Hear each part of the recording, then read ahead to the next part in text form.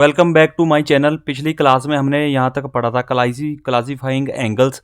हमने इसमें इन 3 बॉक्स में देखा था कि कौन सा एंगल अधिक कोण है, न्यून कोण है, यानी कि कौन सा एंगल एक्यूट एंगल है, ऑब्ट्यूज एंगल है, कौन सा इसमें राइट एंगल है। तो ठीक है, आज हम शुरू करेंगे इस यहाँ से अ पिंच ऑफ हिस्ट्री। ठीक है, full turn has been divided into 360। अब हम पढ़ेंगे कि जो ये सर्कल है, ये जो एंगल बनाता है, यानी कि यहाँ अगर ये देखें, यहाँ से लेकर यहाँ तक 180 हो गया, और यहाँ से अगर ये फुल टर्न लगाता है तो ये 180 डिग्री एंगल बन जाता है। सॉरी, 360 डिग्री एंगल बन जाता है। बट ये 360 डिग्री ही क्यों बनता है, आज हम इसके बारे में थोड़ा सा समझेंगे। ये 360 डिग्री ही क्यों बनता है। देखो, द ऋग्वेदा, आपने ये हमारे हिंदू धर्मशास्त्र में सबसे पुराना वेद है ऋग्वेदा, उसमें भी दिया गया है। द ऋग इसमें कुछ ऐसा नहीं है कि सिर्फ मैथमेटिकली या टेक्निकल कुछ रीज़न है। इसमें हमारा एक धार्मिक रीज़न भी है। 360 डिग्री लेना। हम इसको लेते क्यों हैं 360 degree. The Rigveda, one of the very oldest text of the humanity, going back thousands of years, speaks of a wheel with 360 spokes. आपने सूर्य मंदिर देखा होगा, कोणार्क का सूर्य मंदिर। वहाँ पर भी जो सूर्य मंदिर है, ठीक है, जो उसमें व्हील लगे उसमें 360 स्पोक्स है। ठीक है, तो इसमें इसका मतलब है कि 360 का कुछ ऐसा महत्व है हमारे अर्थशास्त्र में, हमारे गणित शास्त्र में, ठीक है, हमारे वैदिक गणित में। इसलिए आज हमने फुल टर्न को 360 डिग्री लेते हैं। Many ancient calendars also going back over 3000 year. अगर हम 3 साल हजार पहले चलते हैं तो बहुत सारे कैलेंडर हैं इंडिया में, पर्सिया में, बेबीलोनिया में, इजिप्ट में, जो पुरानी पुरानी सभ्यताएं थी, ठीक है, पुराना कल्चर था, वहाँ पर भी 360 दिन माने जाते थे उन कैलेंडर में एक साल में। तो एक साल में 360 दिन होते थे, और फिर एक साल को 12 महीनों में बांटा होता था, तो फिर 360 12 से डिवाइड हो जाता था। इस तरह से 360 एक परफेक्ट और एग्जैक्ट नंबर पाया गया हमेशा से। इसलिए आज इसको फुल टर्न, यानी कि जब एक प्रॉपर फुल टर्न एंगल को 360 माना जाता है। ये फुल टर्न यानी कि जब पूरा राउंड, एक राउंड पूरा हो जाता है, तो हम उसको मानते हैं कि अब ये 360 डिग्री हो गया। मैंने इसको 370 नहीं माना। अगर हम इसको मानकर चलते तो इससे क्या होता कि सभी एंगल वेरी करते, ठीक है। लेकिन क्या है, जब हमने फुल टर्न को 360 डिग्री माना, तो इससे क्या है कि इक्वल डिवीज़न हुआ, ठीक है। इक्वल डिवीज़न हुआ, चाहे आप 4 से डिवाइड कर लो, चाहे वो 3 से डिवाइड कर लो, ठीक है। इसके डिवीज़र है वो क्या है कि आप यहाँ पे अगर इसको पूरा पढ़ोगे, in addition Babylonian mathematicians frequently used division of 60 and 360 due to their use of sexadecimal numbers and continuing by 60s, ठीक है। Perhaps the most important and practical answer for why mathematicians over the year have liked and continue to use 360। लेकिन सबसे बड़ा सवाल यही है कि इतने सालों तक 360 का यूज़ क्यों किया गया हर जगह, इंडिया में नहीं, इंडिया से बाहर भी, यूरोप में, बेबीलोनिया में, इजिप्ट में, आज जहाँ अफ़गानिस्तान है, ठीक है, जहाँ पर आज इजिप्ट है, वहाँ पर पुरानी सभ्यताएं हुआ करती थी, वहाँ पर भी मैथमेटिशियन 360, वहाँ के जो गणितज्ञ थे, वो इसको 360 डिग्री नंबर को यूज़ करते थे, ठीक है। तो इसका क्या मतलब है कि एक तो 360 क्या है कि हर नंबर से डिवाइड होता है, 10 से डिवाइड हो जाता है, ठीक है।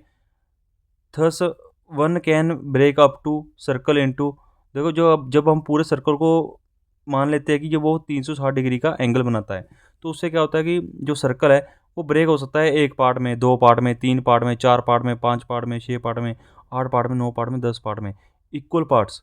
आप चाहे उसके जितने, मतलब ऐसा नहीं जितने मर्जी पार्ट कर लो, लेकिन ये वो है कि मैक्सिमम से मैक्सिमम पार्ट में डिवाइड हो सकता है। उसके बहुत सारे मैक्सिमम डिवीज़र है, यानी कि उसको एक से लेकर, आप यहाँ पर गिनती देख रहे होंगे, 1 2 3 4 5 6 8 9 10, आप इन पूरे सर्कल को इतने इक्वल पार्ट्स में डिवाइड कर सकते हो, ठीक है। इसके आगे भी बहुत सारे डिवीज़र हो गए, और भी बहुत सारे आप इसका डिवाइड इसको कर सकते हो एक सर्कल को, ठीक है।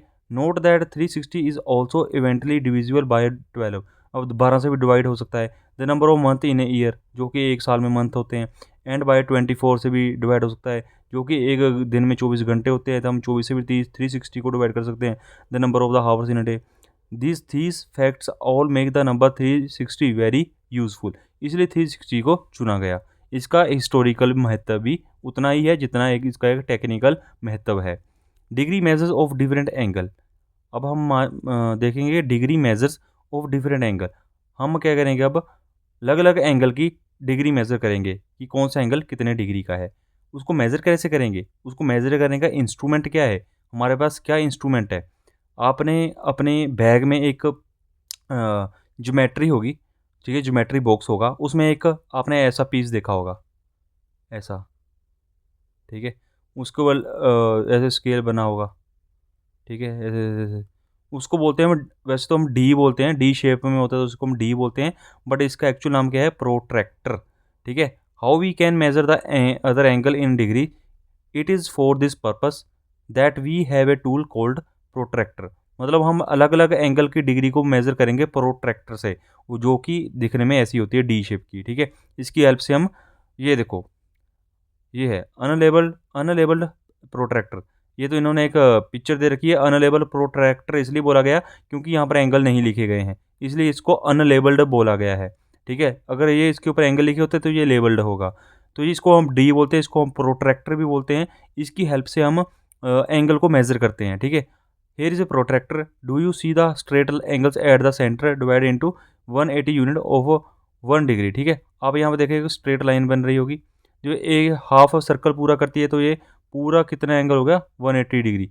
यहाँ से 0 से स्टार्ट होगा और यहाँ पर 180 से ख़त्म होगा, ठीक है। Starting from the marking on the right most point of the base, here is a long mark for every 10 degree, ठीक है।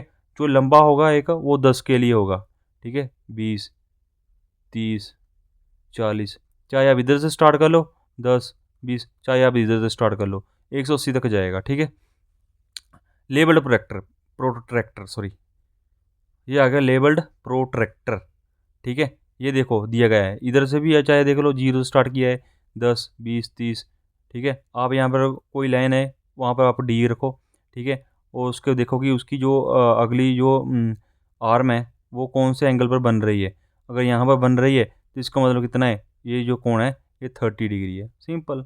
चाहे आप इधर को मेज़र कर लो, चाहे आप इधर से मेज़र कर लो, ठीक है। अब इसमें क्या है, दोनों साइड को लेबल्ड हो रखी है, ठीक है। राइट से लेफ्ट साइड भी, लेफ्ट से राइट साइड भी, ठीक है। टोटल वेव बनाती है 180 डिग्री, 180 डिग्री, ठीक है, 180 डिग्री पूरी लाइन 180 डिग्री, ठीक है। बहुत ही सिंपल है, इसको तो आप कुछ नहीं है, आपको अपनी जो भी एंगल है उसकी इसकी लाइन को उधर रखना है और देखना कि कहाँ वो उसकी आर्म कहाँ पे बन रही है, बस उतना एंगल हो गया वो। At each step we folded in helps this angle bisector. Angle bisector मतलब होता है कि ऐसा एंगल जो किसी, मतलब ऐसी लाइन जो एंगल को डिवाइड कर दे। मान लो हमारे पास ये है हमारे पास 90 डिग्री का कोण। अगर यहाँ पर कोई ऐसी लाइन आती है जो एंगल को बीच में से डिवाइड कर देती है, हाफ हाफ, ठीक है, उसको बोलते हैं हम एंगल बाइसेक्टर। ये लाइन है वो एंगल बाइसेक्टर का काम करती है, यानी कि 45 डिग्री का कोण इधर बन गया और 45 डिग्री का कोण इधर बन गया, ठीक है। 45-45 में डिवाइड कर दिया इस लाइन ने एक एंगल को, इसको बोलते हैं angle bisector. This process of getting half of A given angle is called bisecting the angle. वही जो मैंने बताया कि पर इस प्रोसेस में क्या होता है कि हाफ हो जाता है एंगल का, जिसको बाइसेक्टिंग द एंगल बोलते हैं। The line that bisects A given angle is called the angle bisector of the angle. वही है कि जो लाइन एंगल को बाइसेक्ट कर देती है, यानी कि बाइसेक्ट का मतलब होता है कि हाफ कर देती है, उसको हम angle bisector of the angle बोलते हैं, ठीक है। यानी कि इसको हम क्या बोलेंगे, एंगल बाइसेक्टर, ठीक है। Identify the angle bisector in your handmade protractor, try to make different angle using the concept of angle bisector through paper folding. आप पेपर को फोल्ड करके ऐसी प्रैक्टिस फॉलो कर सकते हो, ठीक है। Mind the mistake and mend the mistake, मतलब ये है कि पहले मिस्टेक करो फिर उसको सुधारो। माइंड द मिस्टेक मतलब पहले अपनी मिस्टेक को देखो, इसका मतलब है कि माइंड द मिस्टेक यानी कि पहले मिस्टेक को देखो कि मिस्टेक हुई कहाँ पे, फिर उसको में सुधार करो, ठीक है। A student used a protractor to measure the angles as shown below. जैसा कि मैंने आपको बताया कि किस तरह से मेजर करना है, यहाँ पर वो उसी की प्रैक्टिस दी गई है, सिंपल और कुछ नहीं है इसमें, ठीक है। In each figure, identify the incorrect uses of the protractor and discuss how the reading could have been made and think how it can be corrected। इसमें बताया गया है कि जो नीचे एग्जाम्पल दिए गए हैं 1, 2, 3, 4, इसमें गलत तरीके से एंगल को मेज़र किया गया है, और आप बताइए कि सही तरीके से मेज़र कैसे होगा। सिंपल सा इसका मतलब है, जो भी आपका एंगल है ना, ये सीधी लाइन है, आपको अपनी जो बेस वाली लाइन है जो नीचे वाली होती है, ये वाली लाइन है, आपको इसको यहाँ रखना था। फिर जो ये वाली लाइन थी, इसको वो इधर आती, ठीक है। फिर आपको पता चलता है कि एग्जैक्ट एंगल कितना बनता है, ठीक है। यहाँ पर 80 डिग्री को मेज़र करने के लिए इन्होंने क्या किया कि 80 डिग्री के ऊपर इस लाइन को रख दिया, बट कि जबकि ये तो गलत है। इसकी बेस लाइन यहाँ पर होनी चाहिए, यहाँ पे इस साइड इसकी बेस लाइन यहाँ पर होनी चाहिए, ठीक है। फिर ये वेरी करेगी कहाँ पर जाती है, जहाँ पर जाएगी उतना डिग्री कौन होगा। अब 80 डिग्री को मेज़र करने के लिए आप ऐसा नहीं कर सकते ना कि आप 80 डिग्री के ऊपर एक रख दो, दूसरी चाहे जहाँ मर्जी आ जाए, नहीं। आपको एक रखनी है बेस लाइन यहाँ पे। और ये तो बिल्कुल ही उल्टा कर दिया इन्होंने, उल्टा। ये तो आप समझ गए होंगे कि देख कर कि ऐसे तो मेज़र कर नहीं, ये वर्टिक्स तो ही किधर जा रहा है, ये होगा ही नहीं। और यहाँ भी वर्टिक्स किधर जा रहा है, सेंटर में आएगा ना वर्टिक्स तो। अगर इसको इधर से मेज़र करोगे, क्योंकि दोनों साइड से लेवल है, तो आप इधर से भी मेज़र कर सकते हो। बट इसका जो ये पॉइंट है ना, जहाँ पर दो लाइनें मीट करती है, वो यहाँ पर सेंटर में आना चाहिए, ये सेंटर में आना चाहिए। बाकी हाँ, बाकी ये वाली चीज़ सही है कि हाँ, इन्होंने यहाँ पे रखा है बेस को, बेस लाइन पे रखा है, ठीक है। लेकिन इन्होंने जो ये वर्टिक्स है, जहाँ दो लाइनें आगे मीट करती है, इन्होंने वो सेंटर में नहीं रखा है, तो ये भी गलत है, ठीक है। तो इस तरह से हम 150 डिग्री एंगल को मेज़र नहीं कर सकते, ठीक है। आपका यहाँ पर चारों तरीके इस तरह से गलत है। ये देखो यहाँ पर इन्होंने बेस लाइन को नीचे कर दिया, ठीक है, यहाँ पर ऊपर कर दिया, यहाँ पर उल्टा कर दिया, और यहाँ पर वर्टिक्स को सेंटर से अलग कर दिया। तो ये चारों तरीके इस तरह से गलत है। मैंने बता दिया कि आपको कैसे मेज़र करना है। Figure it out. Figure it out यानी कि देखो कि घड़ियों में ये 3 घड़ियाँ हैं। फिगर इट आउट में बताओ कि इसमें कौन सा कोण बना है। सिंपल सा बात है, इसमें 12 तक गिनती लिखी हुई है। पूरा सर्कल 360 डिग्री कोण बनाता है, तो 12 से डिवाइड करेंगे, ठीक है। 12 3 36, 30 डिग्री का, यानी कि 1 घंटे में 30 डिग्री का कोण बनता है। यहाँ पर कितना है, 1 बजे हैं, पूरा 1 बजे हैं, ठीक है। तो यानी कि 1 बजे हैं तो 30 डिग्री का कोण बना है। यहाँ पर कितने बजे, 4 बजे हैं, तो 30 60 90 120, यहाँ पर 120 डिग्री का कोण बना है, ठीक है। यहाँ पर 2 बजे हैं, यानी कि 2 घंटे हैं, तो 30 30 60, यहाँ पर 60 डिग्री का कोण बना है। अगर आप इससे भी एडवांस जाना चाहते हो, तो इसका एक एग्जाम्पल भी है, फार्मूला भी है। 30 into hour minus 11 by divide multiply आपका मिनट कितने हुए हैं, ठीक है। मान लो 2 बजे हैं, पूरे 2 बजे हैं, ठीक है। तो 30, तो यहाँ पर हम वैल्यू करेंगे एच की जगह 2, 30 इंटू 2 माइनस 11/2। 2 बजे हैं तो मिनट कितने हुए हैं, पूरे 2 बजे हैं, तो मिनट होंगे 0। मिनट तो पूरे 2 बजे, तो मिनट होंगे 0। तो 11/2 इंटू 0 दे, तो 0 हो गया ना सारा। तो हमारे पास कितना बच गया, 30 इंटू 2 60, यानी कि 60 डिग्री एंगल। जो मैंने आपको बताया कि 2 बजे हैं, पूरे 2 घंटे है, तो 60 डिग्री का एंगल। इससे भी आप मेज़र कर सकते हो। और वैसे भी आपको पता है कि जब पूरे सर्कल में 360 डिग्री का कोण बनता है, तो 11 तक इसको घड़ी में 11 12 तक प्रॉपरली इसको इक्वल डिवाइड किया गया होता है टाइम पीस को, ठीक है, घड़ी को।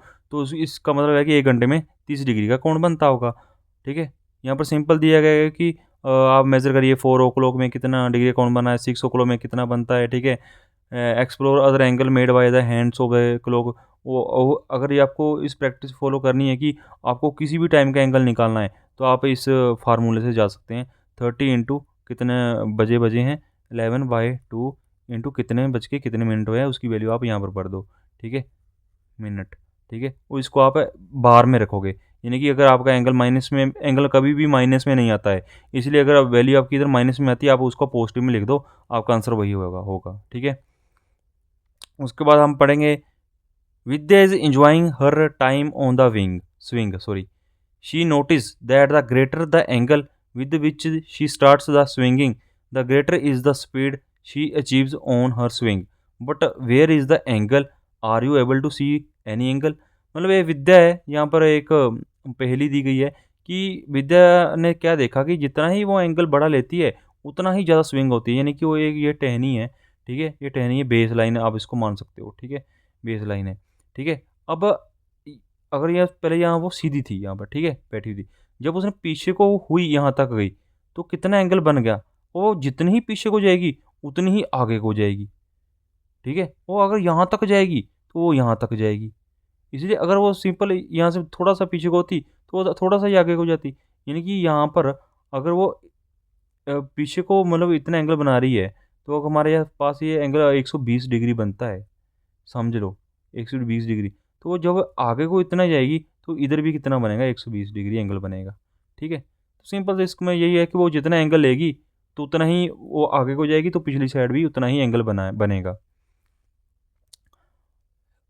Here is a toy with slanting slabs attached to its sides. ठीक है, the greater the angle or slopes of the slabs, the faster the balls roll. Can you angle be used to describe the slopes of the slabs? What are the arms of each angle? ठीक है, arm क्या है हर एक what are the arms of each angle? Which arm is visible and which is not? इसमें कुछ नहीं है, इसमें ये आर्म दी गई है। ठीक है, और इसमें एक स्लैब गोले हैं, और जिसमें जो ज़्यादा आर्म टिल्टेड होगी उसमें ज़्यादा तेज जाएंगे। क्यों? क्योंकि उसमें एंगल क्या होगा, ज़्यादा होगा। अगर मतलब ऐसे है, अ, ये वाली चीज़ ऐसे है, ठीक है, इसमें एंगल कम रखेंगे तो स्लोप जो बॉल्स है वो धीरे धीरे जाएंगी। अगर ये देखो, अगर इसको वो ऐसे तिरछा रखते तो इसमें बॉल्स और तेज चलती। तो सिंपल ये एक गेम दी गई है और कुछ नहीं है।